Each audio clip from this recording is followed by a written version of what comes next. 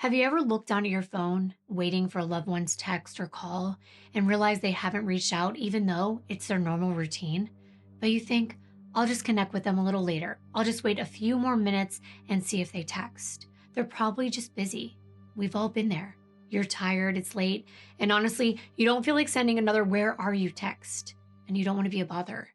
But imagine this, that one message you never sent to check in on them, the one that you didn't think was important, is.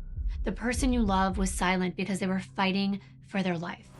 Picture yourself questioning whether you could have done something to help them if only you reached out sooner. That guilt can be paralyzing, but this really happened. On March 22nd of 2011, a young mother was finishing a routine shift at her work. She clocked out. She walked out of the building and started to head to her car. Totally normal. Except that night, as she stepped outside, everything went horribly wrong. Her loved ones never got the "I'll be home soon" text or call. Witnesses nearby heard a scream and it was unmistakable. Somebody was in danger, but they didn't fully understand the horror that was unfolding right in front of them at the time. Someone even stepped forward to help, and they were attacked.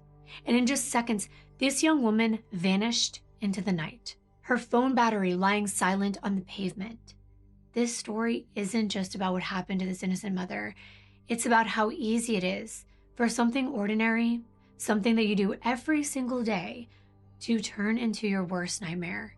Would you even recognize the moment that your routine turned deadly? Until it was too late. Hi everyone, welcome back to my channel. My name is Kimbyrleigha. If you've never been here before, it's nice to finally meet you. I feel like I've been counting down to so many things the past year or two now. It was being pregnant, having a baby, now Mazzy being one, and now it's the wedding. The countdown is on. It is in 30 days and I am frazzled, but I'm doing the best that I possibly can. And as busy parents and YouTubers with multiple channels now, yes, it's true, our days are jam-packed with stuff to take care of. And honestly, the only moments we really get to pause and connect are meal times. I'm sure that some of you can relate. And to make those breaks even easier, we rely on DoorDash, a delivery app that we've loved and depended on for so many years. So when DoorDash reached out wanting to partner with me and sponsor this video, I was genuinely really excited and honored. I already knew firsthand how great their service was. But it's not just food. We have everything else delivered too through DoorDash. We've ordered everything from baby supplies or items for our pets when we accidentally forget something on our grocery list, and supplies for last-minute celebrations. I'll never forget one time we were stuck in an Airbnb in Texas and we needed cold medicine. What do? We used DoorDash. It's incredibly convenient and has truly become an essential part of our lives and how we manage our life every day. DoorDash also has an exclusive membership called Dash Pass. I don't know if you've heard of it, but if you're anything like us and you're constantly juggling a million things at once, you're going to want to check this out because Dash Pass gives you unlimited $0 delivery fees on eligible orders, plus members only deals and discounts, and it's the best way to save money while getting everything you need delivered right to your door, no matter what it is. If you're on your way home from work and you want food already there when you get home, it's that convenient. Whether it is food from your favorite restaurant, groceries from across town, or anything in between, Dash Pass is the most affordable way to get everything you need right away and to your door. Whether it's food from your favorite restaurants, groceries from across town, or anything in between that you don't have time to grab yourself, Dash Pass is the most affordable way to get everything you need. I like ordering from my favorite local sushi restaurant, and since I've done it so many times before, it is saved in my DoorDash app, and all I have to do is go to my previous orders, click on reorder, and that's it. So I encourage all of you to download the DoorDash app right now. Use my code Kimbyrleigha50 to get more from delivery for less with Dash Pass, $0 delivery fees, and reduced service fees on eligible DoorDash orders. Sign up for Dash Pass today, and you can get your first 30 days free if you're a new member. It's subject to change and terms do apply, but I definitely hope you check it out. And thanks so much to DoorDash for sponsoring today's video. Now let's get into the case for today. Now let me tell you a little more about what unfolded that night on March 22nd of 2011. The woman that I was telling you about, her name is Summer. She was a young mom. She was a reliable employee, someone that everyone knew they could trust. She finished her usual night shift cleaning a local bank, the Century National Bank in Logan, Ohio, and this was her routine. Work, diligently cleaning, and then she would leave all the collected trash by the back door until she clocked out around 11:20 p.m. every night. And then she put all the garbage bags into her car and drive to the nearby dumpster on site. That night was no different. She was doing all this while texting her boyfriend Adam, and she was finally ready to head back home, back to her kids that were waiting for her. No big deal. But this night was different. A little after 11:20 p.m., Summer walked out into the quiet parking lot, completely unaware that she was being watched. And within seconds, her ordinary night turned into something totally unexpected. I told you, witnesses nearby heard her scream, a sound that was so chilling, one person described it as someone getting murdered. Now, I said someone helped, and they did. Just down the street, Richard Leake heard the screams and he bravely raced towards the struggle. He saw two masked figures shoving a terrified woman into the back seat of a white car. As Richard got closer, ready to help, one attacker spun around and sprayed him right in the face with pepper spray, leaving him unable to see anything and unable to help at all. Then moments later, Summer's boyfriend Adam, who was back at home, sensed something was off because Summer didn't text him her usual "I'm on my way home" text.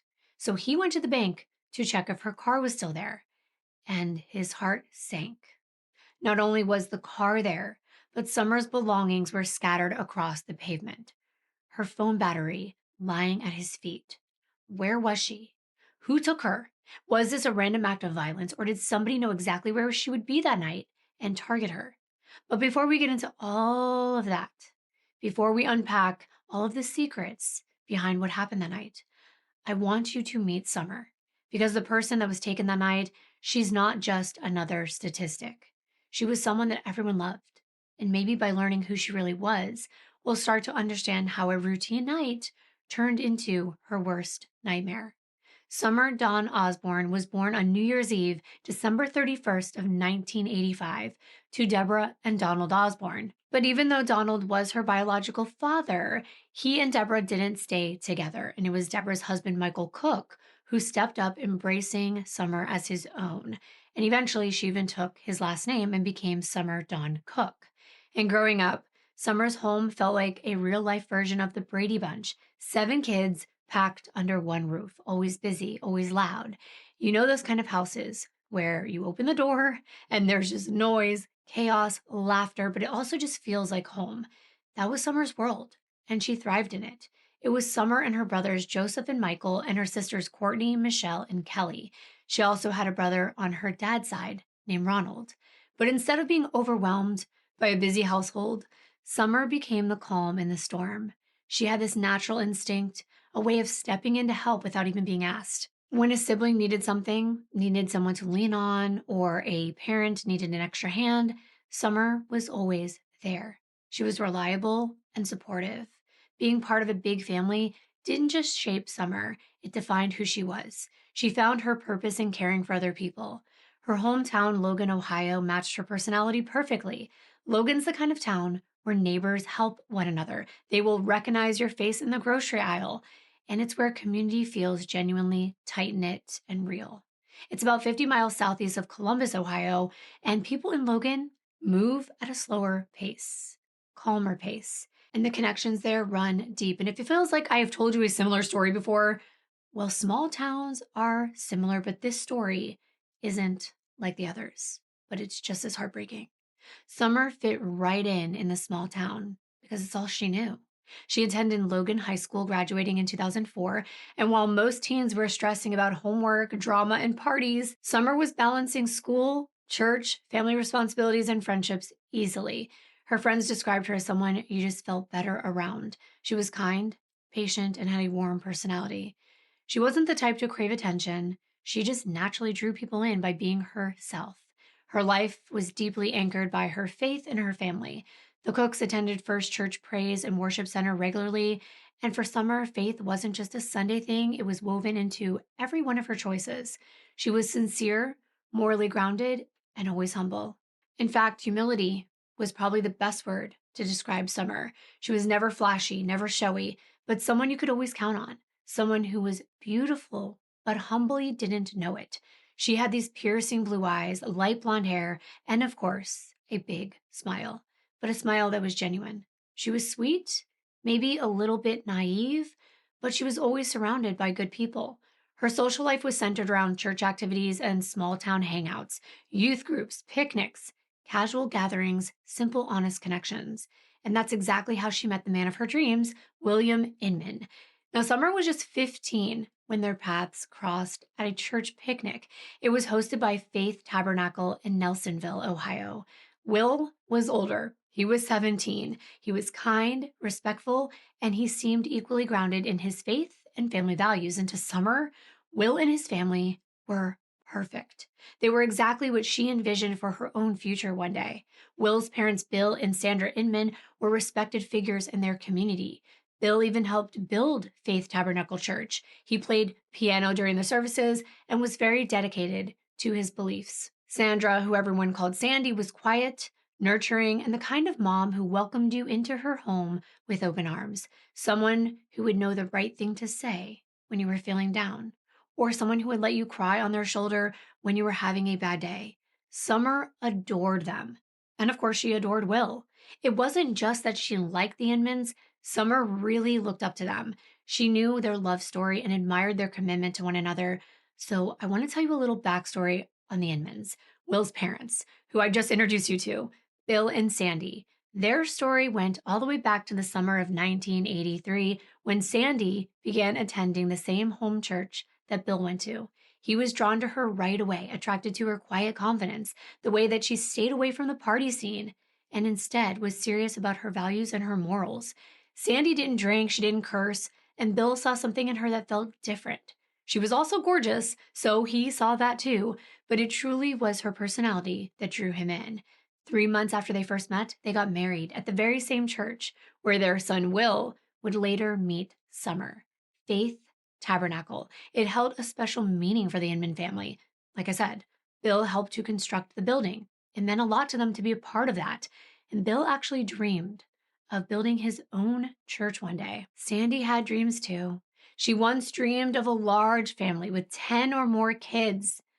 But sadly, she and Bill were only able to have one child, Will, who was referred to as Willie, but I'm going to stick to just calling him Will.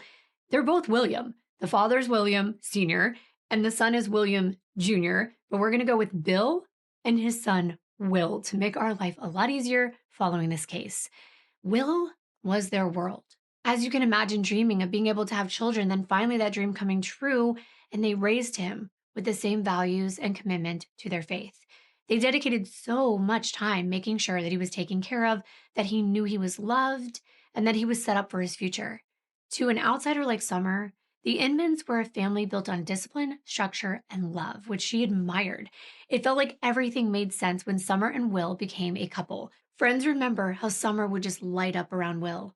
She was happy, hopeful, excited about the future, and their relationship quickly grew serious. By the spring of 2004, she and Will attended prom together.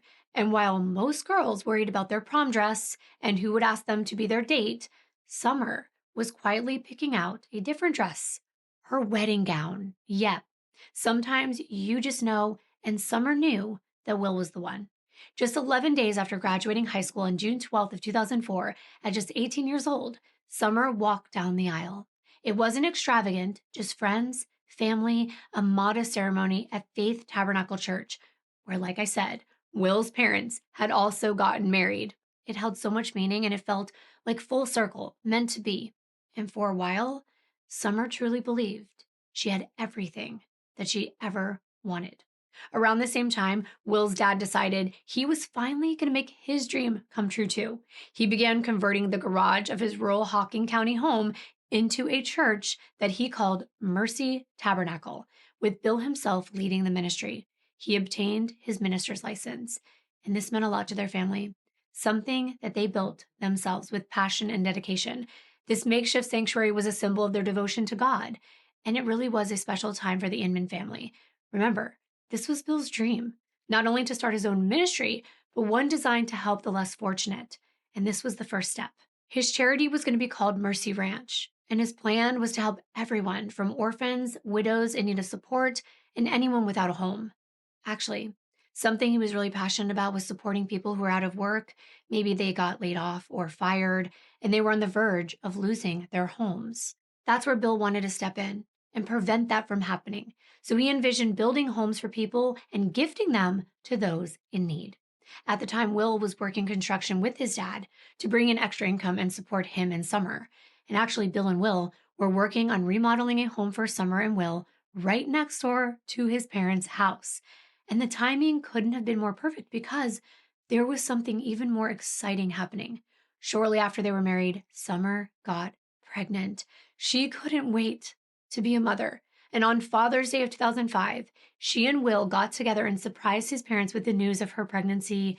Of course, they were young, but this is exactly what they wanted. And they were amazing parents to little Alex when he was born. And their growing family didn't stop there. Summer gave birth to her second child, Kaylee, in 2007, and her third, Alana, not long afterward. So within just a few years, they had 3 children. Summer loved being a mom, thriving in the caretaker role just as she had as a sister and a daughter. And life, even though it was a little chaotic, it was good type of chaos, a home filled with love. Summer, Will, and now their 3 kids live right next door to Will's parents, and they created this tight-knit family unit. Sandy especially adored having her grandchildren nearby, forming a close bond with them, as well as Summer. Remember, she always dreamed of having a lot of children, but only had Will. So it was nice to have a full house. The kids called Sandy and Bill Nana and Papa, and Summer and Will had everything they always wanted. And they were so in love. They were really affectionate towards one another. Will had no problem showing how much he loved Summer, even if it meant public displays of affection. Some people love them, some people hate them. But you can tell by a lot of their photos together how close they were. It helped that Will's parents could babysit anytime, and that gave Will and Summer a chance to do things themselves and go out and spend quality time together. Not all couples get that, especially when their kids are young. And then in 2008, Bill had an amazing opportunity. The whole family, meaning Will's mom and dad, Summer, and all 3 kids, moved to Florida. Now, this was for a project that Bill was working on in construction, and the house that they bought there was in rural Arcadia. It was 2 stories with a horseshoe driveway and this long road to get there. And I mean, this was on Peace River Street, and to me, it was like a mansion, in my opinion. It was 7 bedrooms. It had a pool in the backyard, its own lake as well.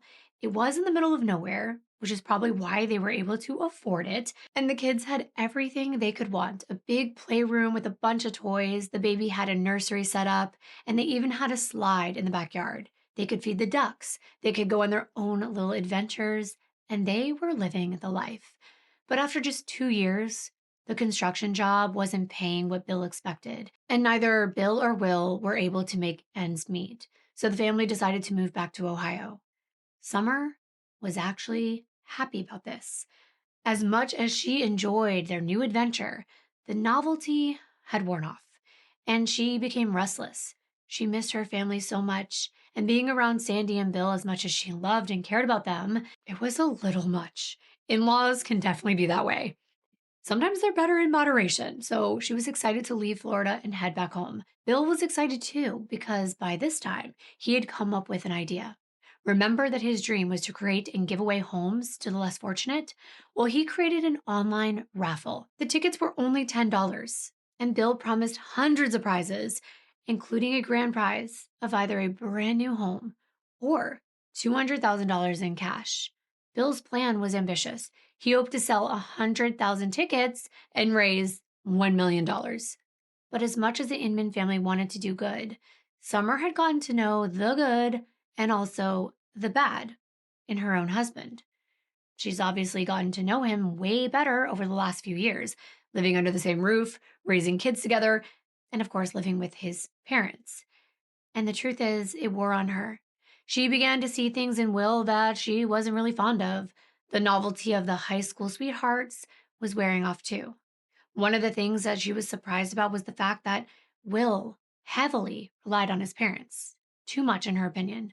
Remember, Summer came from a big family, but Will being the only child, his parents doted on him nonstop, especially his mother.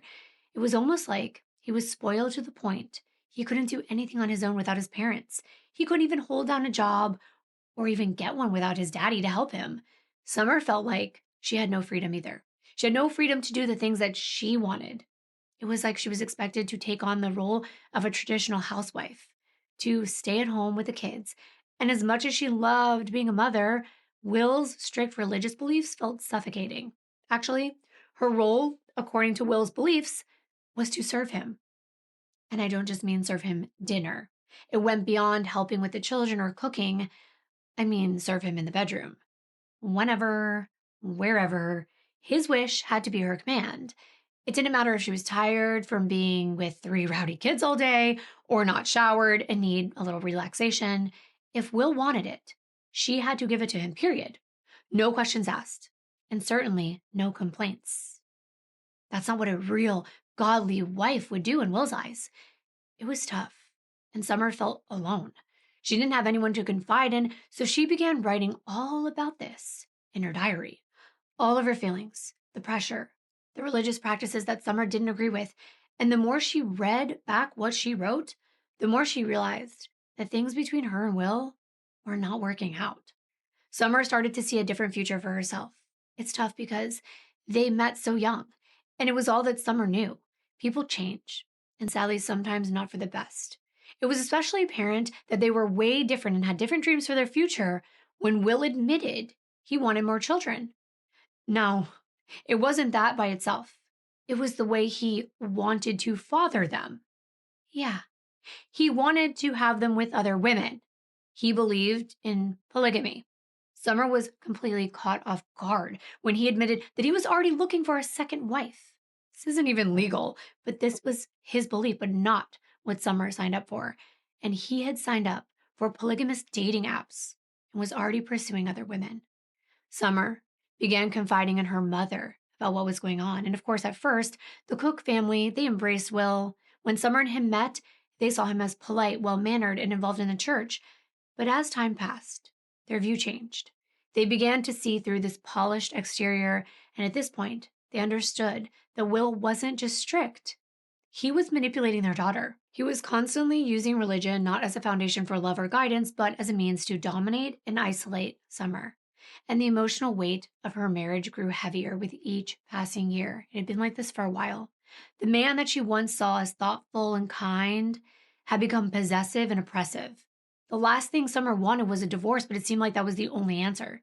She refused to participate in a polygamous lifestyle. She didn't want her kids growing up under some warped religious teachings that Will and his dad pushed on the women in their lives. Yes, Will followed in his father's footsteps and learned a lot about his beliefs from Bill. Summer had two daughters to think about, and she didn't want this for them either, and she didn't want her son growing up and learning to treat women this way. So sadly, she made the very difficult and heartbreaking decision to file for divorce from Will. Now, this was a sad time. It's not what she wanted. Remember that. This is not what she wanted. She wanted to be with Will for the rest of her life. But the demanding obedience, the intercourse on demand, the perfectly timed meals, a spotless house with no exceptions, it was too much. It would be for most people. It was like Will expected a stepford wife, a robot, someone without needs of their own. And Will's actions changed Summer. She became withdrawn, she was quieter, and it was like the light in her was dimmed. She tried to hold on to small pieces of happiness, participating in a community theater, staying active, but the more independence she showed, the more possessive and controlling Will became. And it's not easy to just leave. When you decide to end a relationship with someone, you're also ending it with the people around them. And for Summer, that meant Sandy and Bill wouldn't be as much of a part of her and the children's lives as they were used to. And that was tough. For Will's parents, the grandchildren were their entire world. Every day since their birth, they had spent together. The thought of losing them, or even just losing daily access to them, was unbearable. Bill was especially worried that if Summer went through with leaving and the divorce, she would take the kids with her and maybe they wouldn't see them again. He really did not want that to happen. He wanted Summer to reconsider.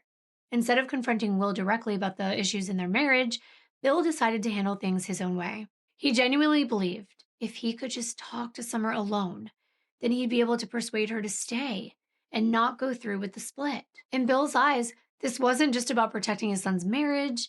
It was about protecting the entire family structure that he valued so very much. The idea of his grandchildren living anywhere other than under his own roof felt unbelievable. And I get it. They had always wanted more children. They couldn't have them, and these were like their second chance. But what Bill viewed as genuine concern, Summer's family saw as something more troubling, an obsessive desire for control carefully disguised as love and unity. And over time, Bill and Sandy's involvement in their son's marriage went from supportive to intrusive. I have seen parents like this. It is so difficult. Summer and Will were adults. They could make their own choices. But his parents' attempts to control Summer's decisions started to eerily mirror the manipulative behaviors of Will himself. Summer's mom noticed that her daughter would barely leave the house alone without Bill and Sandy meticulously timing her outings. Most errands had to be run with Will constantly at her side, and if it couldn't be Will, then it was Sandy. And Sandy would invite herself into all types of situations and events where she wasn't welcomed. But she would claim she was just trying to help. Well, Summer's mom thought Bill and Sandy were strangely possessive. Whenever Will and Summer tried even making new friends, even with just other couples that were their age and not having to hang out with the in-laws all the time, they would start to be really upset. Sandy would pull away. She would be irritated, almost like she was jealous. It's like they couldn't handle the thought of Summer and Will forming relationships that didn't directly involve them in some way. And again, we're talking about adults with their own lives. That's strange. I can see why Summer wanted to leave, and by June of 2010, she couldn't take it anymore. After 6 years of being trapped in a suffocating marriage that she now realized was subtle emotional mistreatment, she finally reached her breaking point and bravely filed for divorce. The day Summer left to return to Logan, Sandy was standing outside in tears. She was devastated by Summer's decision to leave. Bill said it was like losing a daughter. And even though there was some tension there, he said he still loved Summer, that she would always be part of their family. It was sad. But Summer was ready to reclaim herself, her identity, to build a safer life for her children. And she started counseling, working towards enrolling in a culinary program at a college, and she was back living with her parents. And they accepted her with open arms and helped out with the kids. She even found a steady job cleaning at the local bank after hours. The nighttime hours worked really well for her, considering the kids would be getting ready for bed at the time she would be leaving to start her shift. She worked hard to support her 3 children, who were only 5, 3, and just over a year old. But it was worth it, because for the first time in years, she was hopeful again. She started to get excited, especially when she began dating Adam Peters.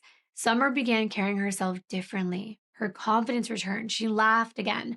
And slowly her friends started recognizing glimpses of the Summer they had always known before everything fell apart.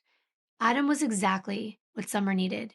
He treated her with care and respect. He never tried to control her or dictate any of her choices. He listened patiently, gave her the freedom that she missed for so long, and welcomed her children into his life, loving them as part of who Summer was. Now, truth be told, Adam wasn't exactly someone new in Summer's life, but he was in a new role. He went from acquaintance to confidant and now boyfriend. Adam had previously lived with the Inmans a while back. It was part of Bill's ministry helping people get back on their feet, and Adam needed a place to stay. Adam was a friend of Will's. He was a classmate from Hawking College. He used to carpool with Will during the spring semester of 2010, and he got really close to the Inman family. Adam, like many college students, was in need of extra money, so the Inmans gave him work around the church and around the house, just odd jobs. And he was like family. But soon, Summer found herself drawn to how kind Adam was, how he would listen and not judge her. He was there for her when she was going through one of the hardest times in her life. And through the divorce, they fell in love. But of course, the Inmans were not happy about this. They had welcomed Adam into their home, and now he was dating their former daughter-in-law? Now, I could see how that could look, but they accused Summer of cheating on Will and leaving him for Adam. But Summer knew that her relationship with Will had been over for a while. It was just hard to finalize the divorce itself, mainly because, as usual, with many couples that have children, there's a lot to work out when it comes to custody, visitation, and any support payments that might have to be set in place. But she was making it work. They came up with a visitation routine. The Inmans lived 40 miles away from Summer and the kids. But despite not wanting to be married to Will, Summer still believed the children deserved to have a relationship with their father and their grandparents. And as a matter of fact, Summer's divorce attorney, Will Kernan, said Summer had the best attitude about a divorce of any client he'd ever worked with. She wasn't bitter. She wasn't angry or vindictive. She was just focused on doing what was best for her children and moving forward with dignity. And over the next few months, things seemed to be falling in place. So let's jump back to the evening of March 22nd of 2011, which I've already told you about. But now you're going to know even more context. That night, Summer made dinner for Adam and her 3 children before heading out for her night shift. Summer drove Adam's car, and she went to Century National Bank. Back at her parents' house, everyone settled in for the evening. Adam was spending the night, and he was up watching TV and waiting for Summer to return. She'd been texting him while she was on her shift, but she usually texted around 11 or 11:20 to let him know she was on her way home. But that night, no text came and no call came, nothing. At first, Deborah and Adam just assumed that maybe she was running late. But as the minutes passed, the worry began to set in. Now, around the same time that Adam and Debbie began to worry back at the house, a terrifying scene was unfolding just blocks away near Century National Bank. A little before 11:30 p.m., Kylie Hellman and Emily Hedges, 2 local residents and friends, were walking together down Hunter Street when they heard a woman scream. At first, they brushed it off, thinking that maybe it was nothing. But then came a second scream. It was louder. It was sharper and unmistakable. Emily was actually the one that said it sounded so chilling. It sounded like someone getting murdered. And then there was Richard Leak. Remember him? He's the man who actually ran towards the screams to try to help. Those screams that he heard were followed by a strange, distinctive noise, the crackling burst of a taser. If you've heard the noise before, it's unmistakable. All 3, Kylie, Emily, and Richard, saw a woman being forced into a white car. 2 men were struggling with her, trying to push her inside, while someone was sitting in the driver's seat. They couldn't make out features or anything else, and to Kylie, the driver seemed visibly nervous, just the way their body was moving. And the entire situation was chaos. The car with its lights flashing and the windshield wipers moving and blinkers going off. And the woman being shoved into the back seat was screaming the entire time. That would be quite a scene, especially on a quiet night in a small town. Richard wanted to help, and he was about a foot away when he was sprayed in the face with pepper spray. He was in shock. He stumbled backwards. He was running towards another couple, one of which was a woman named Rachel Sams. Richard ran up to her frantically. His eyes were burning, saying he had just witnessed a kidnapping and needed to contact the sheriff immediately. Around the same time, Summer's boyfriend Adam was already arriving on Hunter Street and coming up towards the bank to check on Summer. The car she drove was there, Adam's car. It was parked in its usual spot. But there was no sign of Summer.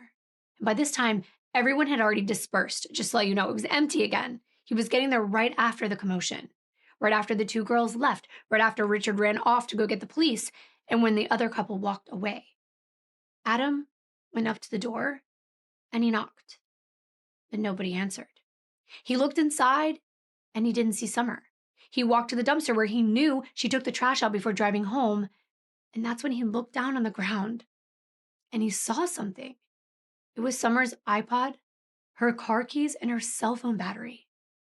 Now that was frightening. Adam was now frantically calling Debbie and Michael to let them know what he found and that Summer wasn't at the bank. Debbie and Michael, her parents, ran over. They got to the bank in the parking lot, and they called Logan Police Dispatch to report that their daughter, who was scheduled to clock out at 11:20 p.m., hadn't come out of work and wasn't responding to their calls or texts. I mean, could she be hurt inside? What was going on? Michael Cook, Summer's dad, also spoke to the dispatcher. He told them, she's nowhere to be found. We located her jacket and her iPod. Now, I have some of that 911 call, so I'm going to play it for you. My name is Michael Cook, and I'm calling about my daughter, Summer Inman. She works at cleaning the Century National Bank. We found her iPod and her jacket. She's nowhere else to be found. So they didn't see her getting put in the car. Those were the other witnesses. But they see her iPod, her car keys, and her jacket, and even the battery from her cell phone was all scattered on the ground. And it really painted a chilling picture. Summer, walking out of work, listening to music on her way to her car, keys and cell phone in hand, when she was ambushed Then she probably tried to use her phone to call for help, but her battery was removed and thrown on the ground. Now, what's interesting is that just blocks away, witnesses like Richard Leake, who had been there and been pepper sprayed when he was trying to help, had already alerted police about what he saw, a violent abduction. But at the moment, no one was connecting that to Summer's disappearance from working at the bank, because her parents and her boyfriend did not witness that part, like I said. All they knew was to report her car still in the parking lot and her personal belongings on the ground. That sounds a lot different than someone calling in and saying a woman is being pushed into a car by two masked men. Well, they thought they were men. And one of the girls who was walking by and witnessed the attack was Kylie Hellman. I told you a little bit about her. She was still unsure of what exactly she saw earlier on Hunter Street. She had left. Now she was driving her friend home, and she and Emily were so scared when they were leaving, they left in such a hurry. And I know it's hard not to judge, looking at all that we know, but for a second, Kylie was trying to reassure herself and Emily that what they saw was probably just some kind of undercover cop operation, maybe a drug bust or something. After all, this was a safe town. It wasn't the kind of place where kidnappings happen like this. It was much easier and more comforting to think that she was just imagining things rather than confronting the terrifying possibility that she just witnessed someone being abducted. But as she drove past Century National Bank moments later, she saw police cars parked out front. Their lights were flashing. They were putting up yellow tape, blocking off the scene. And that's when her stomach dropped. Now, everything was painfully clear to her. She saw what she saw. She saw a woman being taken, and her heart was racing. She immediately pulled over and she asked the officers, what is going on? When an officer told Kylie that they were investigating a possible missing person, she felt sick. She explained everything through her voice shaking and her being so nervous and scared. She said she thought she might have witnessed exactly what they're talking about. And without hesitation, the officer directed her to drive straight to the police station and give an official statement, which she did. And once she was there, she carefully described every detail that she could remember. Two tall, masked people, probably men due to their size, were shoving a terrified, screaming woman into the backseat of a white car, with someone in the driver's seat gripping the steering wheel. Kylie hadn't caught the license plate. Everything happened so fast, but she vividly remembered the car itself. She said it looked identical to an unmarked police cruiser, which was exactly why she initially convinced herself this wasn't a kidnapping at all. Now that makes sense. But I'm glad she stopped and did the right thing by reporting what she saw. Once police made the connection between the abduction on Hunter Street and Summer's disappearance from the bank, detectives started considering her new boyfriend, Adam. Of course they did. Adam was the last person that anyone knew had spoken to Summer, and he was also the first one that stumbled upon her scattered belongings at the scene before her parents got there. Naturally, this put him on investigators' radar. They wondered, could he somehow be involved? Had he carefully staged this to look like something that it wasn't? Was it possible he was working alongside somebody else? Detectives quickly approached Summer's parents, hoping that they could offer some insight about Adam. Did they have any doubts about him? Had he shown any troubling behavior or any reason to suspect that he would want to hurt Summer? But Deborah and Michael were adamant in telling detectives that Adam genuinely loved Summer. Their relationship was strong. It was healthy.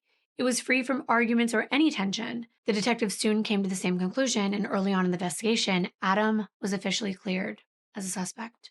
But the next question was, of course, if not Adam, was there anyone who would want to harm Summer? Did she have any enemies? Her parents didn't think there was anyone who wanted to harm Summer, but they did tell the investigators that she filed for divorce, and Will was her estranged husband. Since it's well known that most divorces are stressful and tensions can run high, detectives want to speak with Will. The day after Summer vanished, detectives tracked Will down to let him know she was officially missing. Will didn't have all the details since detectives were keeping that close to the vest. All he knew was that she went to work the night before and hadn't been heard from since. They asked if she had been in contact with him, and he said no. The last time they communicated was to facilitate a visit with the children. He said the last time I saw her was on Thursday morning when I returned the kids. He said maybe Summer went off with a friend or her boyfriend because she did that all the time. That didn't exactly add up with the details that the detectives knew about. Detectives wanted to confirm that he, meaning Will, wasn't in the area that night. So they questioned him further about where he had been when Summer was abducted. He was cooperative. He explained that he wasn't anywhere near Logan, Him and his parents had been near Cleveland, Ohio, over 3 hours away. That's because they were looking for a new home. They were considering relocating. So while they were out there, he explained they had car trouble on Interstate 480 and it left them stranded overnight. According to Will, the next morning, they finally managed to get the car to an AutoZone in Parma for a diagnostic before driving home. When detectives confirmed Will's story, it checked out. They reached out to Akron police and the FBI, who spoke separately to Will and his parents, and everyone's statements lined up. There was still more to dig into when it came to the Inmans. They used to be respected members of their community, but as the detectives began asking around about Summer, the Inmans naturally came up. People had not been happy with them for quite some time. They were pretty much ousted from their community and even the people they used to help. Members of the Mercy Ranch ministry were calling them fraudsters. So remember the raffles, the fundraiser that was supposed to help Bill give all these gifts away and these prizes, including the ultimate prize of a new house? Well, it failed, sort of. Bill claimed that the $1 million had never been raised, and therefore no cabins were built, no winners were announced. But isn't it interesting that they got to move and have a giant home for themselves with 7 bedrooms? Seems like the money ran out. Not his money. The buyers started demanding refunds, and while a few were given, many said they never saw their money. The raffle just faded away, and public suspicion began to grow. Some people believed that it was a scam from the start, and by December 1st of 2010, just months after the raffle failed, Bill and Sandy were evicted from their Vinton County home for non-payment. And apparently, the construction that they were planning to do on those homes that the raffle was to pay for, well, there were no funds, so it couldn't be completed or started in the first place. Losing the place they were living in also meant they lost their church, the one that they built from the ground up, and Bill lost his ministry. The rumors and the accusations kept coming. One theory that began to emerge was that someone who had it out for the Inman family targeted Summer because she was the most vulnerable. She was all alone. She was a woman, working late, and possibly taken for ransom to send a message that they meant business. Some of these people that the Inmans had helped in the past had criminal backgrounds. They'd fallen on hard times. They didn't have much to risk, and it seemed very likely that they'd be willing to take something or someone from the Inmans until they were paid. This was frightening. But of course, there was no word from these kidnappers. They didn't leave a ransom note. They didn't call anyone demanding money. Nothing. And the community was on edge. A young mother of 3 taken from a local parking lot after a routine night shift. They were terrified. The Logan police were asking residents in the area to actually search their own properties, as police were searching parks and fields for any sign of Summer, meaning maybe more of her personal belongings had been left behind, or maybe someone saw something would come forward. All they had was a white car, not even sure of the make or model, and 2 masked men plus a getaway driver, none of which had detailed descriptions. However, they let the public know. Summer was 5'3". She was 120 pounds. She had light hair, blue eyes, and fair skin. Summer's disappearance gripped this community. Yellow, purple, and green ribbons were appearing all over the place. Mailboxes, light posts, storefronts, a symbol of hope, love, and solidarity. Of course, people were coming forward and whispering, these type of things don't happen in Logan. But that's not entirely true. And people brought this up whenever that statement was made, because something horrific had happened in their small town back in 1982. It was October 4th when 18-year-old Annette Cooper and her fiancé, 19-year-old Todd Schultz, vanished without a trace. Yeah, it was eerie. And friends and family feared the worst. The 2 agonizing weeks that went by, and their fears were tragically confirmed. In mid-October, close to Halloween, scattered remains were discovered in the murky waters of the Hocking River and hidden among the stalks of a nearby cornfield in West Logan. Yes, parts of these teenagers were scattered. Both Annette and Todd had been shot before their bodies were cut apart, a gruesome attempt by the killer to erase evidence of their brutal crime. This changed Halloween in Logan forever for some residents. They could no longer celebrate because essentially they would be celebrating these 2 innocent people being murdered. Now, initially, the suspicion landed right on the female victim, Annette's own stepfather, Dale Johnson. Police quickly arrested him and charged him. And he faced trial, he was convicted, and he was sentenced to death. But after spending 5 years on Ohio's death row, maintaining his innocence, Finally, in 1990, his conviction was overturned because of a lack of solid evidence. But it would take many years until investigators pinpointed a new direction. Eventually, evidence surfaced implicating two entirely different men, Kenneth Linscott and Chester McKnight. Witnesses came forward and they revealed how the two men confessed to their friends. Finally, it provided closure to this decades-long nightmare. So something horrible had happened in Logan before, and the community feared it was happening again. So now back to Summer's case. Investigators were pulling CCTV footage from the bank to see if the cameras happened to catch the attacker's car pulling into the lot or any other evidence. And they spot Summer on camera. She's got her hair up in a ponytail. She's relaxed. She's doing her everyday routine. She's wearing a black shirt that read, "I don't have an anger problem. I have an idiot problem." I gotta say, I can relate. But all jokes aside, this was all they had, aside from the information from Summer's family. They had already informed them about her previous relationship with her ex, Will, and they checked out his alibi. And next, detectives were informed of all the places where Summer frequently went. They made a list of them. The church she attended, the friends she would visit, the bank, which is obvious, and then Debbie handed them Summer's diary. Now, she wouldn't normally invade her adult daughter's privacy, but these circumstances were dire. Debbie actually read through the diary, and she was stunned at some of the things she found. Now, sure, these were Summer's thoughts and feelings, but she thought it would be important for detectives to look through. She and Adam already scoured every page, trying to piece together whether it held any clues as to anyone Summer may have been in contact with or that would harm her, and they didn't find anything. They still thought it was important that detectives would look through it because maybe they would see something they hadn't. So a number of detectives were working on different aspects of this case. Some were looking at the diary, others were interviewing friends and family, and another group was heading out to all those different locations where Summer hung out, one of which was Faith Tabernacle Church, where she and Will first met and got married, but it was also where many of the raffle ticket buyers initially met the Inmans. It was their home church, where they too had been married years ago. They wanted to interview parishioners, take a look around the parish, and the investigators split up, with a couple heading outside to walk the perimeter. Now, this is quite a rural location, lots of forests and ponds nearby, and they began looking around. There's a picnic bench area that's covered to the left of the main building. There's a little playground beyond that, and then there's a small shed in the back. And when they walked that way, that's when they saw something that caught their eye.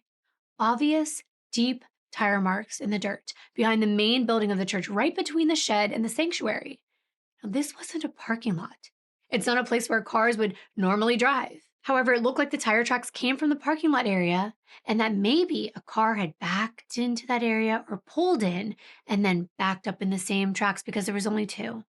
Now I'm going to show you this path that I'm talking about. It would be right through the grass off the main parking lot and around the back deck of the church and into the back portion next to the shed. It was odd. It didn't prove that Summer was there, but these tire tracks were fairly new, and investigators were aware that Summer was taken away inside a vehicle. So they asked for permission to search the shed as well as the main building of the church, and the owners allowed them to do so. But nothing was found in either building. But if any of those scorned church members were involved, the investigators wouldn't be surprised if they possibly took Summer here to hide her, or worse, to take her out here to the wilderness somewhere behind the church and harm her. So they continued to make this one of their main focuses. Meanwhile, the investigators were scouring the pages of Summer's diary, and they started to get a very clear picture of why Summer no longer wanted to be married to Will Inman. I know I've already gone over some of the aspects of that marriage, that Summer didn't agree with the polygamy, the over-the-top religious beliefs that were suffocating to her, but there was much more that Summer really didn't share publicly. Things that people would have never imagined were going on behind closed doors because from the outside looking in, the Inman family seemed happy, kind, a loving couple, and their son seemed to be the same. Despite Bill's carefully cultivated image as a devout, faith-driven family man, he had something darker lurking beneath the surface. Publicly, he came across as deeply religious, outspoken about his beliefs, and committed to his community. But privately, people described him, as well as Summer's diary, as rigid, overbearing, and intensely controlling, especially whenever things didn't exactly go the way he wanted. Bill couldn't handle being questioned or disagreed with. Some even found him genuinely intimidating when he felt challenged or disrespected. It was almost like instead of just believing in God, he liked to play God himself, as though he was at a higher religious level than other people. And it wasn't just Bill who kept up this facade. His son Will presented himself as a respectful, quiet, church-going young man, someone who seemed trustworthy and kind. But behind closed doors, Will had a controlling side that targeted Summer. He emulated his father's behavior, especially when it came to the women in his life. To outsiders, Will appeared harmless, but inside the privacy of their home, through Summer's writings, she talked about how he wielded religion like a weapon, twisting biblical teaching into tools for dominance rather than guidance, and he enforced extreme expectations on what he considered her wifely duties, some of which I alluded to already. The demanding to please him whenever he wanted, meals exactly the way he wished, and they better still be warm. Plus, a home immaculately clean at all times, even if there were babies and toddlers running around. Yeah, I think that would never happen for most of us moms. No way. And Summer had no say in anything. She had no voice. She couldn't make any of her own decisions. And her feelings meant nothing to Will. His rules weren't about partnership. They were about power and control, cloaked behind a warped interpretation of scripture that had been passed down by his father and reinforced by his mother's submission. Will needed absolute control, not just of Summer herself, but of every aspect of her life. He monitored who she knew, who she saw, where she went, how she spent every minute of her time. I told you his parents would time her. He would literally time her too. If she left the house, he wouldn't let her leave alone. Sandy would have to go with her. Can you imagine not having any autonomy and just being someone's wife, being their servant almost, not even being free to go shopping on your own or have friends? Even the smallest acts of independence felt threatening to him. Meanwhile, Bill began noticing the cracks in his son's marriage growing wider and wider, and he knew that things were spiraling out of control, and he feared the consequences if Summer truly went through with the divorce, because that meant she would break free from the family's grip. Summer wrote about how Bill witnessed his son bickering with Summer, and instead of letting them work it out, Bill would step in under the guise of being a minister and a mentor, someone that's supposed to be unbiased. But how could he be? He wanted Summer to obey Will. He didn't want his grandchildren living outside of the house. He actually considered Summer's children his children, but more like property, as though they belonged to the Inman family. And Sandy, she especially had a habit of blurring boundaries. People close to Summer actually noticed that Sandy acted like she, not Summer, but she was a kid's main mother figure. She would step in constantly as if the children belonged more to her than their own mother. It was as though the Inmans either couldn't or simply wouldn't accept that Summer deserved a chance to rebuild her own life. And she had every right to raise her children according to her own choices and not under the roof anymore. Summer and Will's divorce was acrimonious, and the custody battle intensified. And it made the divide grow even wider between her and Will's family. And that's when the whole Adam thing happened. Investigators pulled all the records from the court. They looked through them to get an understanding of what was going on. And in the court documents, Summer described the emotional turmoil, the cruelty that she endured from Will. She detailed how he explicitly threatened to kill her if she ever attempted to leave and take the children. Wow. Now, of course, this was all according to Summer, but there was more. Among all of these painful accusations, some involved her two house cats. An argument had escalated so severely that Will took Summer's cats, loaded them in his car, and drove away. Later, he came back without them. And he informed Summer that he released them somewhere in an empty field. She never saw her pets again. And for someone as gentle and loving as Summer, losing her animals was devastating. But it revealed something about Will. He would deliberately hurt whatever Summer loved the most, just to punish and control her. So would he go as far as to hurt Summer herself? Well, actually, it seemed through the diary entries that things had cooled down. Many splits are contentious in the beginning, but once she left, the custody was split, the kids were visiting both her and Will, things were calmer. That is until Will, who was still friends with Adam on Facebook, came across a picture on Summer's profile. It was of Adam posing with her and the kids, and Will was furious. It was as though Adam stole his family, stole his wife, stole his kids, and he wasn't having it. This was a person he called a friend, someone he trusted, and the betrayal ran deep. Apparently, Bill said he caught Adam coming out of Summer and Will's bedroom when Adam was staying at their house. And this was before the divorce. And Bill said he never confronted Summer or Will, but instead he told his wife, and he just assumed that something intimate was going on between the two of them. He said mistakes happen, but he wanted to make sure he got a handle on it before it ruined the marriage. But it was already too late.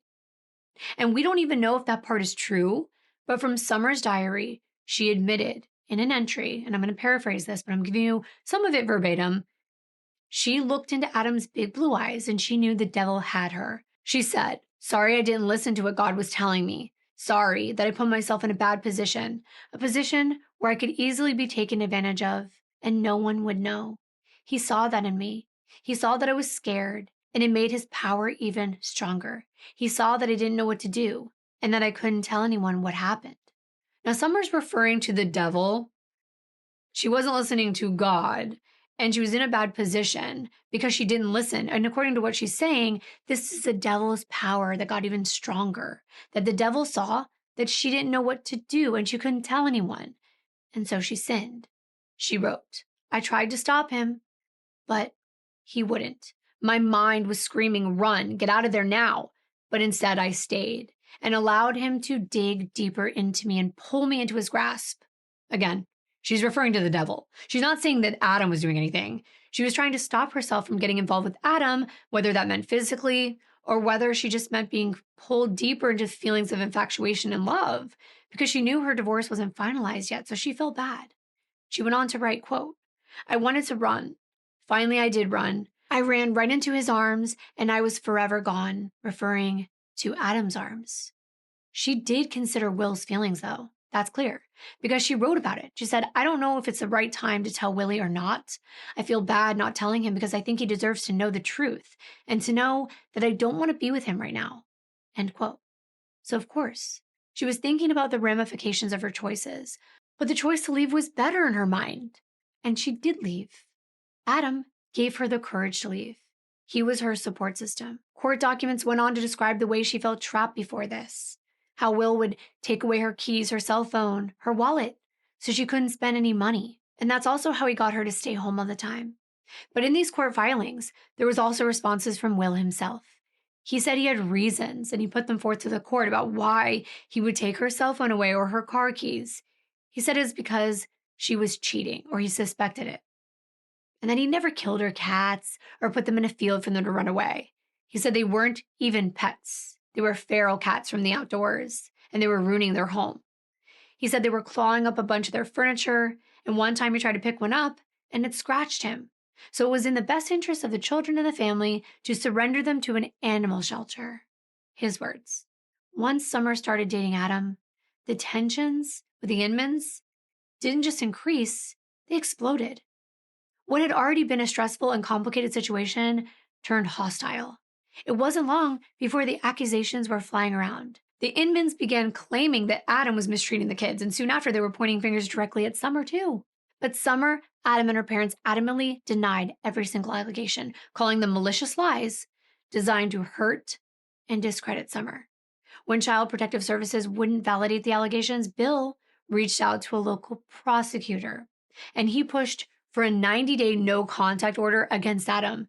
The order would mean Summer could no longer bring her children around the man that she was currently dating. Well, the authorities took these claims very seriously, thoroughly investigating each and every one. But every single allegation was quickly dismissed as unfounded. There was zero evidence, just an increasingly bitter, emotionally charged custody battle. So to protect herself and the children, Summer made sure every custody exchange took place in a safe, neutral location, usually the Logan police station or the local sheriff's office. Summer's mom even tried to reassure her that things were going to die down. She believed that Will was just bluffing, speaking out of anger when he made that threat to her about killing her if she took the children. But the stalking behavior, getting into her business, and the constant fake accusations made one thing very clear. The Inmans had no intention of letting go quietly. And by early March of 2011, the same month that Summer was taken, the situation was coming to a boiling point. A final custody hearing was scheduled. one that would determine the long-term living arrangement for the couple's 3 young children. Up until this point, they managed with temporary shared custody, but Summer wanted full permanent custody. Summer was certain her children would be safer and happier with her. She, unlike Will, had a steady job. She was in a stable environment, and she was building a strong support network around her. The only thing that was missing from her life was peace. That's all she wanted. The ongoing hostility from the inmates was exhausting. It was wearing her down emotionally and physically. Meanwhile, Will and his parents were desperate. They were determined to fight fiercely for continued access to the kids, refusing to accept a future where they couldn't be in control. If things went through, Will would then be ordered to pay $150 a month in child support. This was a third of his reported annual income. Things were not going in his favor, and he knew that. He looked like someone losing control of his marriage, of his children, and even of his public image. There had been an altercation at the Inman's home. It was back on December 1st, when they were leaving after being evicted. All of Summer's belongings were put in the driveway. She was scheduled to come retrieve them, but she didn't come along alone. She brought Adam along and an officer to escort her there. She wasn't taking any chances. And when they saw that police car pull into their driveway, Bill was livid. His family had become a community spectacle. He wasn't happy about it. Trust is a big part of being a minister, and we already know the community had lost a lot of trust in him, and having a cop outside his house made him look even worse. Bill pleaded with Summer, just have the cop leave. We can do this on our own. We'll handle things without him. But Adam refused to leave, and the cop did too. The cop let Bill, Will, and Sandy know he was there to make sure that things went smoothly, and all they were there to do was pick up Summer's things. Well, to Bill, this felt like they were attacking him. For once in his life, I guess, he's not used to being the minority, even though it was 3 against 3, but still, having a police officer there, he actually started threatening Adam. He was like, I'm going to shoot you if you don't leave my property. And of course, the deputy stood between them. They were shouting back and forth, and Bill actually started to threaten the officer to the point where the officer had to physically restrain him. And finally, he had no other choice but to put him in the back of a police cruiser just so that Summer could maintain the peace there. Bill ended up getting charged with resisting arrest. He didn't have to do jail time or anything like that, but he was issued a fine. It just shows you that Bill is capable of resorting to physical violence, and now Summer's gone. It seems awfully convenient, doesn't it? With Summer out of the picture, the inmates made it believe that custody would defer to the kid's other parent, Will. This theory of them somehow being involved got stronger without any other leads. Sure, they all said they were out in Cleveland that night, broken down 3 hours away. But you know that feeling when someone's story is just a little too well put together? Like your friend swearing their phone died last night, but then you catch them on Instagram? That's exactly how the police felt, especially when they realized what type of car was parked in front of the inmate's home. It started to look plausible. The family had recently purchased a 2003 white Ford Crown Victoria, the same car that police used back then as the standard police cruiser. Remember the witness, Kylie? She said she thought it looked like an undercover cop car, so she figured it was some kind of bust. The coincidence was too significant to ignore.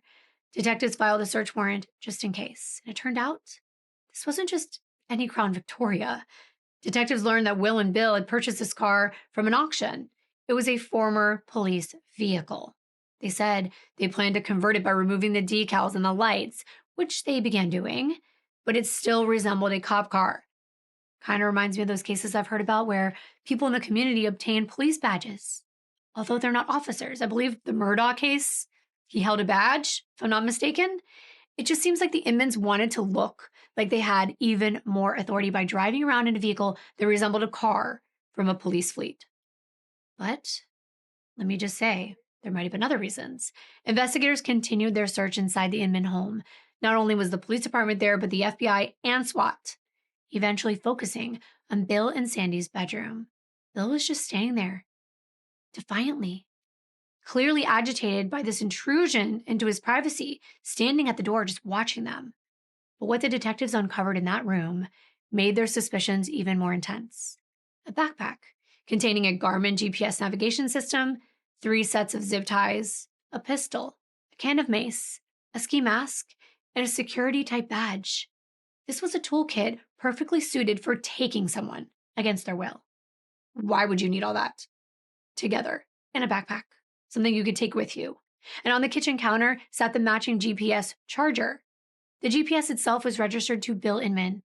So to put this in context, phones back then were not like they are now. They weren't used for navigation in cars. Instead, people purchased a separate GPS system. They would plug it into the car's lighter and mount it on their dashboard, and they would grab satellite data and be able to help them navigate like our phone maps do. Once investigators pulled data from the GPS, the Inmans' carefully constructed alibi quickly unraveled, because instead of spending the night stranded in Cleveland, as they claimed, GPS revealed their white Crown Victoria was actually right in Logan on March 22nd, in the exact time frame Summer had been taken. And even more suspicious, immediately after that time frame, the vehicle took a strange winding route through isolated rural back roads to the south of Logan, but it wasn't clear from the GPS where they went, since the GPS was spottier in this location. But then it began a long trip north and retraced the same route near Logan and kept going north. And finally, the GPS picked up again when the car stopped at a car wash called Blue Sonic Car at 200 Orchard View Avenue in Seven Hills, Ohio, just south of Cleveland. This stop was at 7:32 a.m. on Wednesday, March 23rd, the morning after Summer was taken. So technically, they were close to Cleveland, but they weren't there when they said they were.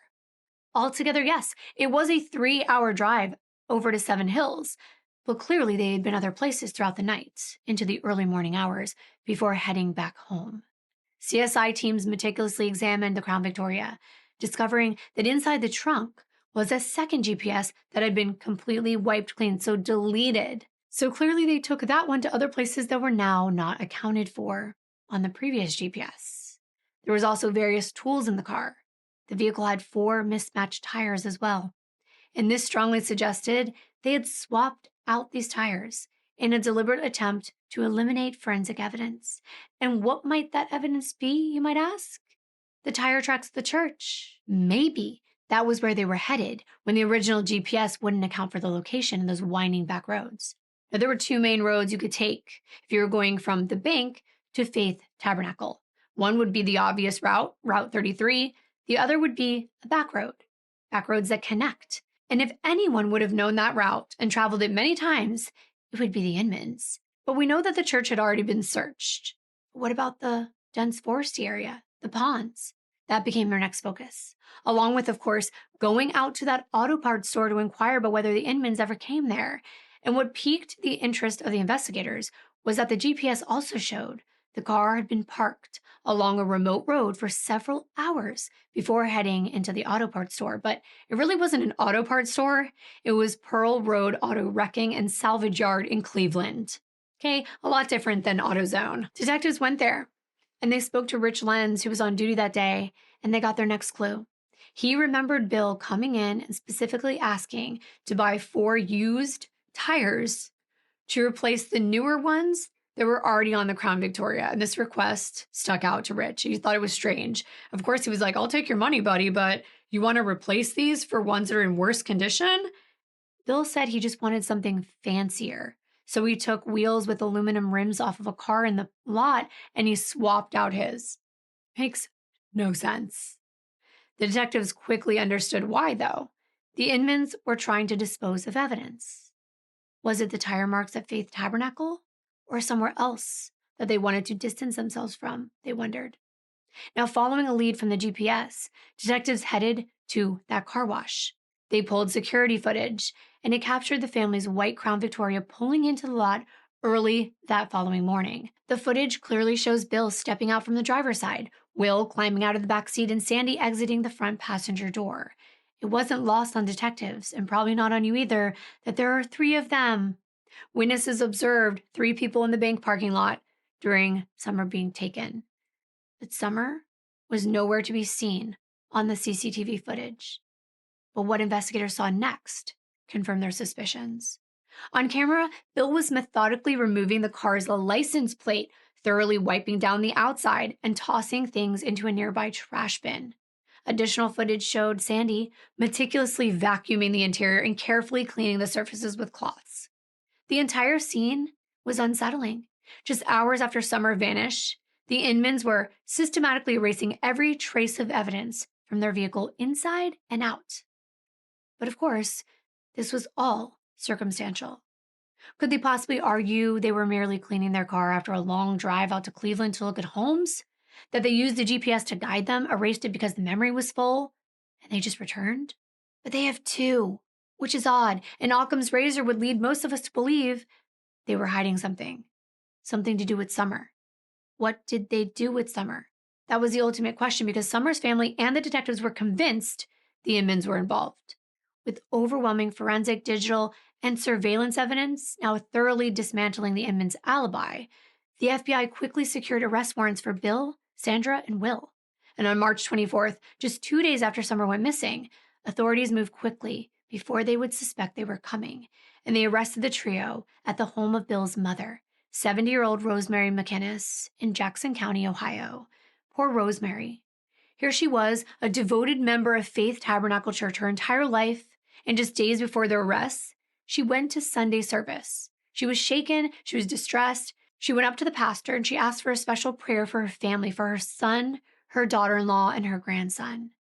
Rosemary told the pastor, with her voice actually trembling, that Bill had claimed complete innocence, believing that the allegations against him were a test from the devil himself. The congregation prayed for this family, not only for the Inmans, but for Summer's safe return.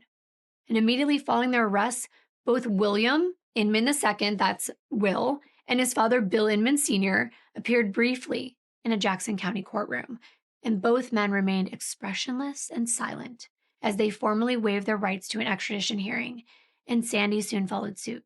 She appeared quietly before a judge to waive her extradition as well, and by late Friday afternoon, all three of them were transported with heavy security to the Southeastern Ohio Regional Jail in Nelson, Ohio. Their bond was set firmly at $1 million each. They weren't going anywhere. But where was Summer? That's what investigators wanted to know. And at this point, they were looking for a body. Although, of course, they were holding out hope that Summer was just locked up somewhere and still alive. But on March 29th, Sandy shattered that hope because she finally agreed to talk. Except there was one condition. Prosecutors had to promise not to seek the death penalty against herself or her son. In return, Sandy would fully cooperate. She would help investigators locate Summer's body, provide detailed information about exactly what happened, and plead guilty, and build their case against Bill and Will. Damn. And by the way, I'm going to go into a little bit about why the public and others believe that Sandy cooperated the way that she did, but we'll get into that later because it's more important to focus on Summer. And sadly, Sandy informed the detectives that she was indeed deceased. And that was crushing. But she wanted to make it clear that according to her, they never intended to kill Summer. Sandy insisted that the original intention was simply to manipulate Summer to scare her into submission. Sandy claimed their plan was to stage a confrontation, to make Summer believe that she was being taken by dangerous people, and then they would isolate her. They would force her to reconsider the custody arrangement, giving the Inman family more access to their grandchildren. Sandy described it as just wanting to have a chance to talk mother to mother. In my opinion, and the detectives, she was trying desperately to frame their horrific actions as something from a place of concern, which I'm sure you see a pattern with this family. Sandy further explained to detectives that she and Bill had been deeply fearful of Adam Peters. Adam Peters, a guy who hasn't done anything wrong. She was convinced he posed a threat to their grandchildren. They were certain that Summer's new relationship with Adam were putting the kids in danger. And they used this fear as justification for what they were about to do. According to Sandy, she and Bill carefully plotted this whole thing together. They went as far as actually purchasing the white Crown Victoria on purpose, almost identical to an unmarked police cruiser, and deliberately disabling the backdoor locks. Why? So that Summer couldn't escape when she was inside. Wow. Okay, that's just sick. These are sick people. That alone is so twisted. But she insisted that at first, it was all straightforward. They would pull up right next to Summer in the alley behind the bank, pretend to be police officers, and persuade her to get in the car so they could have a conversation with her. Yeah, because that's how police talk to an innocent person? No, this makes no sense. But she went on to say that things went wrong right when they arrived at the location because the parking lot was way busier than they expected. Of course, I mean, yes, it was like 11 o'clock at night, but remember, there were people jogging. There was a couple taking a stroll. There was Richard Leak nearby. People were out and about. So she said she realized their original plan wasn't going to work. And Bill and Will adjusted their plans. They quickly put on ski masks, which I'm thinking, okay, that wasn't their plan, but they just happened to have ski masks with them. But they were supposed to be cops, but cops don't wear masks. So you see why the detectives were skeptical? But they concealed themselves in the bushes, waiting for Summer to appear. And just moments later, when Summer stepped out of the bank to take the trash out, Bill and Will attacked her. Summer collapsed in fear and in shock, and she curled up into the fetal position right there on the ground. And without hesitation, and although Sandy said that Summer wasn't even fighting them at the time, Will stunned her with a taser. And then both men picked her up as her body was shaking and threw her into the back seat of the Crown Victoria and slammed the door shut. Behind the wheel, Sandy sat waiting nervously. And recall, we heard from the witness, Kylie, that the driver did seem nervous by the way their body was moving and the way they were gripping the steering wheel. Sandy said as soon as Summer was inside, Bill told her to go. She stepped on the gas and she drove into the darkness. And inside that car, according to Sandy, the scene quickly went into panic mode and chaos. Summer was terrified. She was frantic. She was pleading desperately for her life. She was begging them to let her go. But they ignored her cries. Will forcefully restrained Summer, binding her wrist tightly with 3 plastic zip ties, leaving her helpless and unable to move. And then in a horrifying twist that Sandy described as an impulsive act from the panic and adrenaline, which was not planned in her words, she said her son reached for another zip tie, this time wrapping it firmly around Summer's neck. And immediately, Summer gasped for breath. Her eyes got wide. She was struggling desperately to free herself. And Sandy claimed they realized right away that the zip tie was dangerously tight, far tighter than they intended, but they didn't have anything sharp inside the car to cut it loose. And that disgusts me. Anyone who's ever used a zip tie knows there's no turning back. Once you lace that one loose end into the clasp and pull, it's over. There's no loosening it. It doesn't go back. Sandy said they desperately tried to rip it off Summer's neck with their hands, but the tie wouldn't budge. And she said Will began to panic. His voice was shaking. He was telling Summer he loved her. He was begging his parents to help him remove it. But by then, the clock was ticking downward rapidly. Every second was critical. She was dying. And tragically, Sandy explained that Summer's struggle started to slow down. Her gasps were getting weaker and quieter until finally, in less than 90 agonizing seconds, she was silent. Her life ended so quickly in that dark back seat of the Crown Victoria. But Sandy repeatedly insisted to the detectives that the killing was never intentional, that it was nothing more than a horrific accident. But investigators that were listening to her story, and I'm sure you're thinking the same thing, they were deeply skeptical. It didn't line up. Why would Will place a zip tie around Summer's neck at all if their intentions were truly harmless? Why even restrain her if all you wanted to do was talk? It makes no sense. And what they did next was equally horrifying. And almost as though this was all the plan, it was too perfect not to be. After they knew Summer was deceased, they got rid of her body.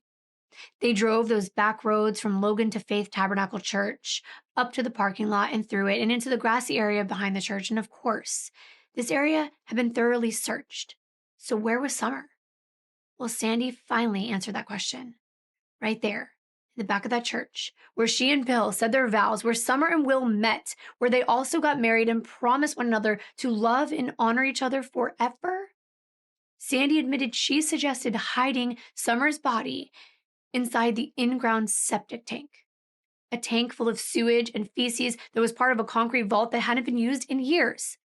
It is so beyond inhumane, it's disgusting.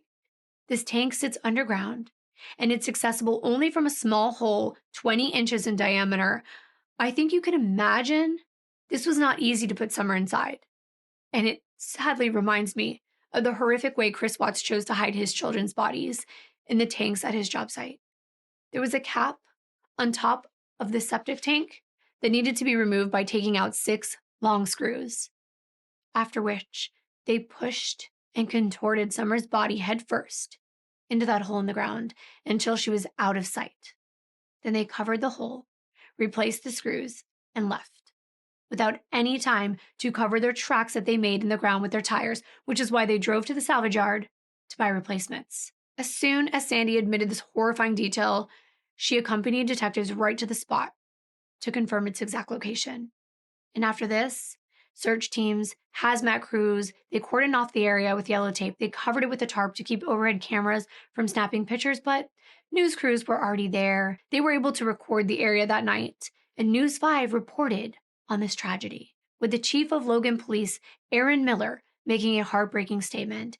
It seemed hard for him to even get the words out.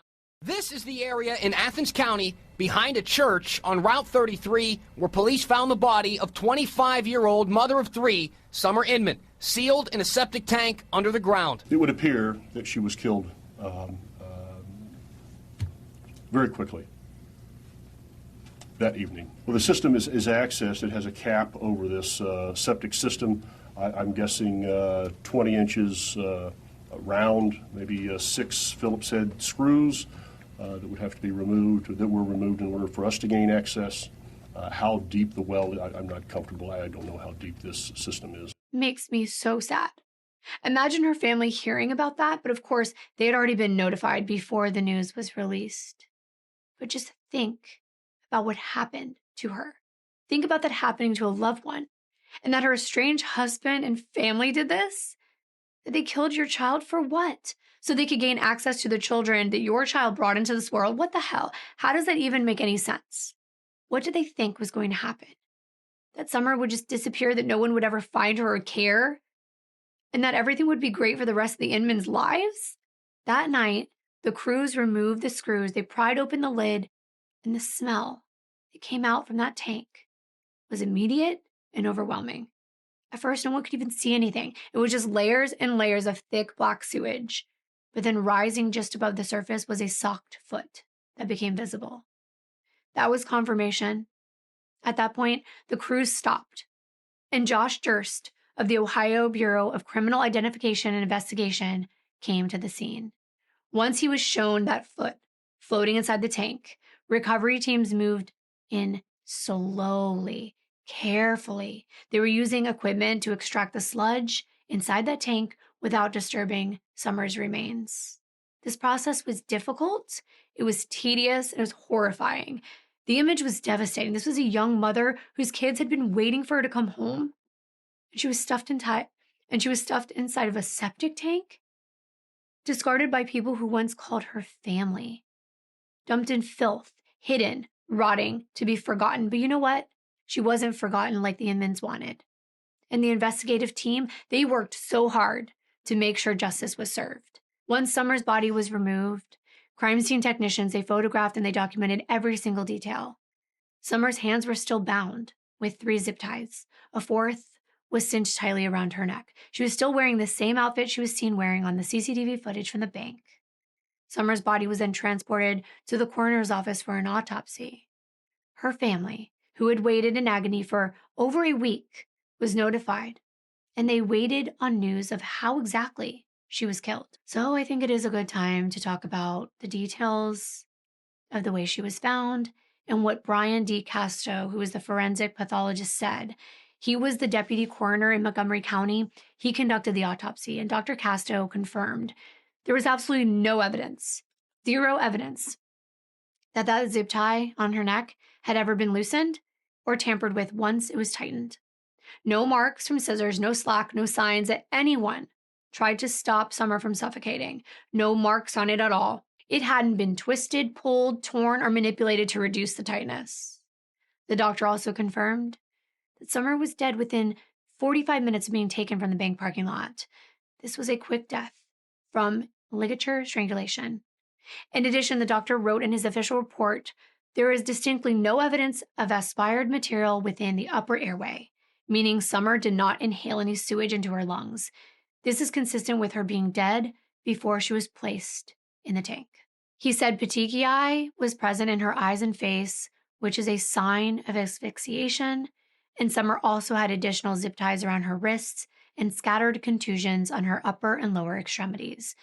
Another interesting fact that was clarified by this medical examiner was that Summers' hands were not bound together by a single zip tie. Instead, he wrote, quote, "Extremity examination reveals each wrist to have similar appearing white plastic zip ties applied like handcuffs, which are linked right to left. Additionally, there is an additional loosely applied similar zip tie that surrounds both wrists." And when she was recovered, her purse was still positioned on her left arm. So essentially, she was zip tie handcuffed with her purse still on, put into that tiny hole with her purse on her arm. So even her purse had to be squeezed through this 20 diameter hole in the ground. And even after all of that, Sandy was still insisting that they didn't mean for Summer to die. She told detectives again and again, "I love Summer like a daughter." But the evidence told something colder. They stalked her. They ambushed her. They dragged her into a car with disabled rear door locks. They restrained her, and ultimately they killed her. And then they dumped her into sewage and drove off to clean their car. I mean, that could lead us to ask a very chilling question. How well do we really know the people that are so close to us? So at this point, I just need to recap before we wrap everything up, and I explain what happened. Summer's estranged husband, Will, 26 years old, his parents, Bill, 47, and Sandra, 46, were waiting in jail for the next steps while Summer's funeral took place at the First Church Praise and Worship Center, the very same church she and her family had attended for so many years. It was this haunting full circle moment for them. The service was led by the same pastor who married Summer and Will. Can you imagine? It's like, would you imagine that same person would be speaking at your daughter's funeral? I don't even have to say this, but it was deeply emotional. Everyone was quiet. Friends, family members, community members, they filed in. They were really struggling to grasp how brutal this was, that this was Summer's reality.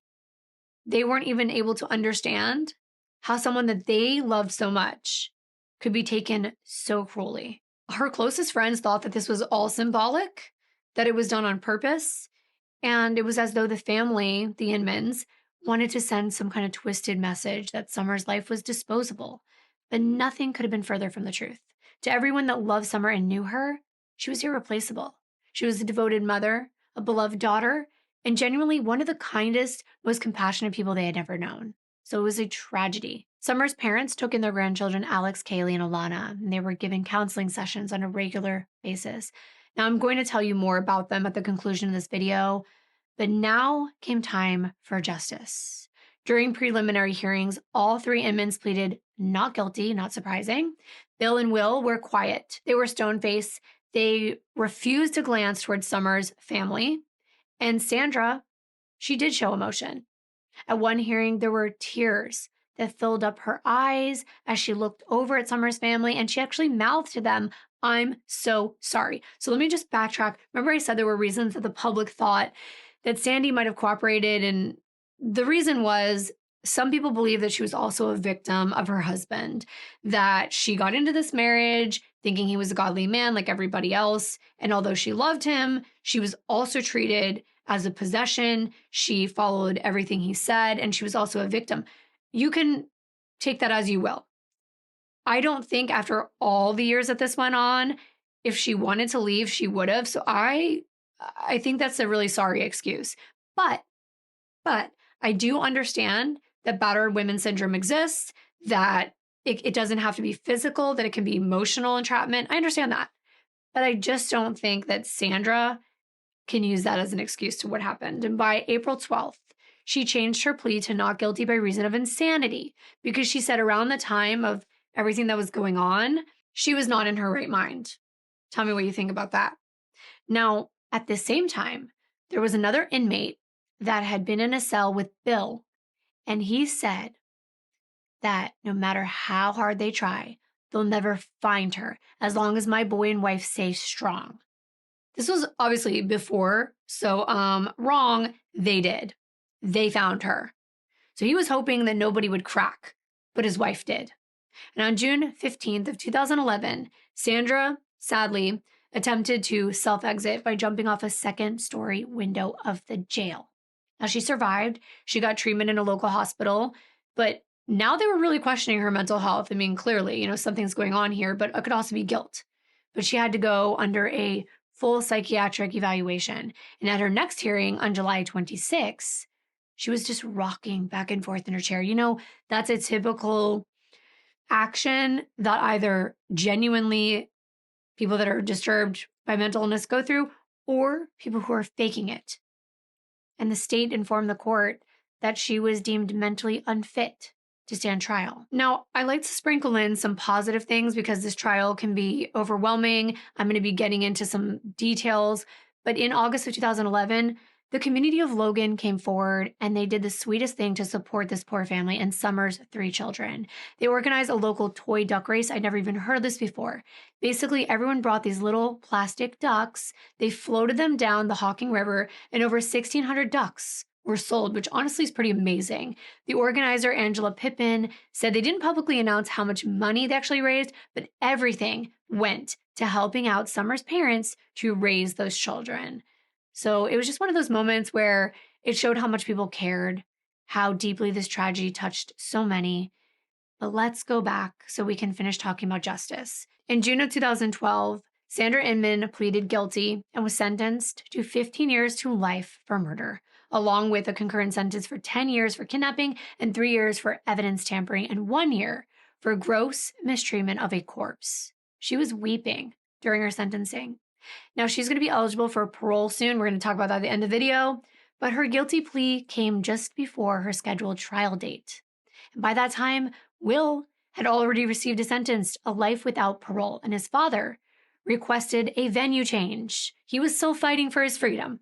I mean, are you surprised? He said that the jury's not going to be impartial because there was so much publicity, same song and dance that everyone does when they're a defendant in a case like this. But Bill's trial finally kicked off in late January of 2013. He was facing the death penalty, so tensions were definitely running high. This courtroom was packed.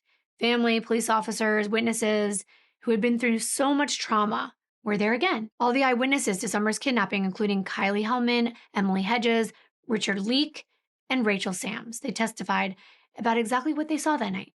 2 masked men forcing a terrified female into the backseat of a white Crown Victoria while a woman drove the car. Yes, that came out as a fact.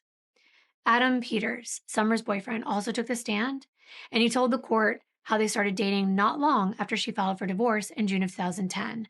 But the defense tried to challenge Adam's credibility by pointing to that Facebook post, and it listed their anniversary as the exact same day she left Will. So he implied, no, your relationship started way before that. I almost want to say who cares, but I know this is important. The facts matter. The jury also heard how messy things got after Summer and Will separated. But they also heard how Adam stepped up and he moved into Summer's parents' house when she vanished. And he was helping care for her children, but eventually he did move on. He moved away. He got a new girlfriend. She died, so you can't really blame him for going on and doing things. This was years later. But again, you know how it can look to a jury, but this is everything they were hearing.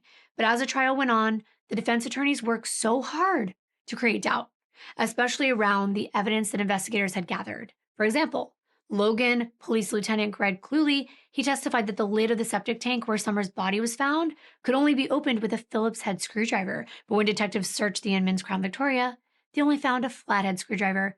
And I was like, okay, how easily could that be thrown out of a window as they were driving? But defense attorney Robert Toy argued this point so strongly, he suggested the missing screwdriver cast doubt on the prosecution's version of events, right? But prosecutors pushed back on that. They were like, it's nearly impossible to search every road that the Inmans drove down to find a screwdriver. And they had 180 pieces of other evidence. They had 25 witnesses in total. And the defense made one last effort to separate Bill's actions from his son's. They actually asked the judge to let the jury hear transcripts from Will's trial, which I didn't even get into, but I just told you life in prison. It was part of a transcript that clearly stated that Will, not Bill, was the one who tightened the zip tie around Summer's neck. It said, quote, the defendant, William Inman II, who we know as Will, pulled that tie so tightly into Summer's neck that it left an impression, end quote. But the judge refused to let them read that transcript to the jury. He allowed prosecutors to argue that Bill helped put the zip tie around Summer's neck, but not that he physically tightened it himself. But the defense kept fighting. Another big argument revolved around the zip ties in another way, the ones that were used to bind her wrists. The defense attorneys were talking about how the DNA, didn't you test for DNA? And Kristen Slapper, a forensic scientist, testified that they couldn't because they had been submerged in sewage. They had been ruined. Like, what do you not understand about this? But the defense attorney jumped on that immediately. They argued that, well, testing should have been done. The zip ties have ridges. They might have trapped DNA. That's your job. That's what he said. He challenged her saying, that's your job, to analyze, not to assume. But you know what? It didn't matter because the prosecution reminded the jury that the crucial evidence was still missing. Summer's shoes, which she was definitely wearing when she was taken, they were never found. The missing screwdriver. This means that they hid evidence to cover their tracks. And on February 4th of 2013, the jury came back in just 3 hours. Bill Sr. was convicted on all charges. Guilty. They recommended life without parole. And the judge agreed. And later, Bill actually spoke. Yes, he did. He went on the show Killer Couples. I couldn't even watch him. I couldn't. I watched like 2 clips and I turned it off. He said, sorry ain't enough. He insisted they never meant for Summer to die. And he said, forgive us. But for Summer's family, those words are empty. It means nothing. It's not going to take away their pain. If you love someone, you don't treat them like that. And he's going to spend the rest of his life behind bars. But Sandra will be eligible for parole next year in 2026 when she's 62 years old. Whether she's going to get released, that is still up in the air, of course. But either way, the damage that she caused, that she helped cause, will never go away. Both Will and Bill, they tried appealing. Didn't work, thankfully. But I want to end with something positive as much as I can. I mean, it's hardly positive because of the circumstances. But after Summer's murder, her parents, Deborah and Michael Cook, stepped up. They took full custody of Summer's 3 children. And one of the toughest things that they had to face was figuring out how and when to tell these little innocent kids the truth about what happened. And at first, they didn't talk about it. They tried to shield them from having more pain in their life. But for about 6 to 9 months, they avoided any details about the tragedy. But once the oldest child, Alex, started kindergarten, things changed. Some of his classmates had already heard what happened. So it made it impossible to keep quiet any longer, and the Cooks realized they had no choice. They had to gently start explaining the heartbreaking reality. I can't even imagine, but I'm glad that they did not lie to them. Instead, with the guidance from a counselor, Deborah and Michael carefully started answering the kids' questions in the simplest, most honest way they could. They gently explained that their parents, they were getting a divorce, they were separating. Their daddy got very angry. And in age-appropriate terms, they shared that Summer had died because of that anger. And that their dad, Will, and his parents, Bill and Sandra, were now in jail. They made sure the kids understood that none of them could ever be hurt by any of them. And Deborah talked regularly with the counselors before these conversations, so she was making sure that they were truthful but gentle, never giving them more information that they could handle. But still, the kids would naturally keep asking questions. And one day in Sunday school, during a lesson about healing, Alex asked a question. He said, "Why can't Jesus heal my mommy?" When I read that, I was like, that is so sad. And Deborah had to do her best to explain, telling him that Summer had been gone too long. You know, some people can't be healed. Things can't be changed. That's sad. Those wounds are deep. I mean, they really, really are. These poor kids. And they had to figure out what they wanted to call their grandparents. One of the children started calling Deborah mommy. And, you know, I mean, she stepped in and became a mom, right? But of course, another child, the oldest, Alex, was like, no, you should be calling her grandma. But it was sad because they said, well, we don't have anyone to call our mommy then. I mean, this is just heartbreaking. These are the parts of the story that stick with me, that I remember, and I can't get out of my head. And Michael struggled so hard with everything that the Inmans did to his daughter. He remembered Sandra clearly as someone who was so kind and supportive. He couldn't imagine this. And you always think about that. You're like, oh, I would have seen the signs, you know, but he couldn't wrap his head around it. It was confusing. You know, the image you have of someone and them being the complete opposite, not just the opposite, but like pure evil. Deborah and Michael even thought about changing the children's last name from Inman to Cook. They considered moving out of Logan, but every time they would consider leaving, someone from their community would say something so kind. They knew the story, they knew the family, and they had such good intentions that they wanted to be around them. I want you to remember Summer, because it's easy to remember the tragedy. Her life was about love, it was about family, and pursuing independence. Something that was tragically taken from her. Her loss left behind not just a hole in the hearts of those who knew her, but her 3 young children who now carry her legacy forward. Even though the legal chapter is over and the Inmans are behind bars, Summer's memory in that town of Logan, it continues. The memories that they share, the tributes, the online pages, the memorials, it's everything about who she was. People remember the little things, how she always had a smile, her calm presence, her willingness to help whenever someone needed something. She was thoughtful, she was sweet, she was kind, and people grieve not just for what they lost, but for what Summer lost. She deserved a future. She didn't get that. There's so many opportunities that she couldn't have because of selfishness of other people. So please remember Summer, and I will see you in my next video. Bye.